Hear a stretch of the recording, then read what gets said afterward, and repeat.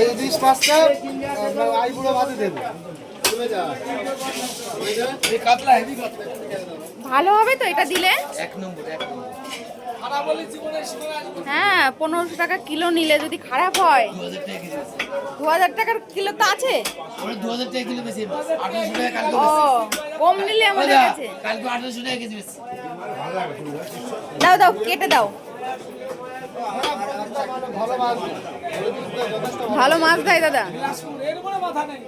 দাদার মাছ নিয়ে কোনো কমপ্লেন করা যাবে। বাবা কত মাছ, শুধু মাছ আর মাছ এখানে।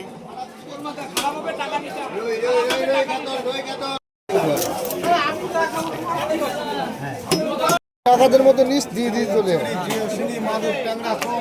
500 দল দেখ 500 হচ্ছে নাকি 500ই দাও, বাড়িতে 500 আছে তাই না?